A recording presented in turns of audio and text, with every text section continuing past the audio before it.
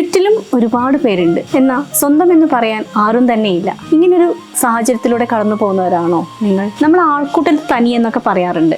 അത് എൻജോയ് ചെയ്യുന്ന ചിലരുമുണ്ട്, എന്നാൽ ആരുമായും റീച്ച് ഔട്ട് ചെയ്യാതെ ഈ കാര്യത്തിൽ സ്ട്രഗിൾ ചെയ്യുന്ന ആളുകളും ഉണ്ട്.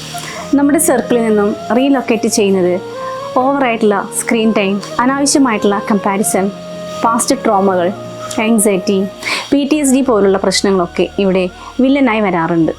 ഒരുപാട് നാൾ ഐസൊലേറ്റ് ആയിരിക്കുന്നത് നമ്മുടെ മെൻ്റൽ ഹെൽത്തിനെ നെഗറ്റീവായി ബാധിക്കാറുണ്ട്. അതുകൊണ്ട് നല്ലൊരു ലൈഫ് മുന്നോട്ട് കൊണ്ടുപോകാൻ കുറച്ച് നല്ല സുഹൃത്തുക്കളും നല്ലൊരു സോഷ്യൽ സർക്കിളും ആവശ്യമായിട്ടുണ്ട്.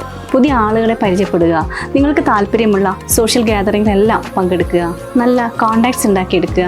ഏറ്റവും ഇമ്പോർട്ടൻ്റ് ആയിട്ട് നിങ്ങൾ ഫിസിക്കലായും മെൻ്റലായുമുള്ള സെൽഫ് കെയർ നോക്കുക. അപ്പോൾ ഗ്രാജ്വലി ആളുകൾ നിങ്ങളിലേക്ക് എത്തിപ്പെടും. ഇംഗ്ലീഷിൽ ഒരു ചൊല്ലുണ്ട്, don't chase butterflies, plant a garden and watch them come.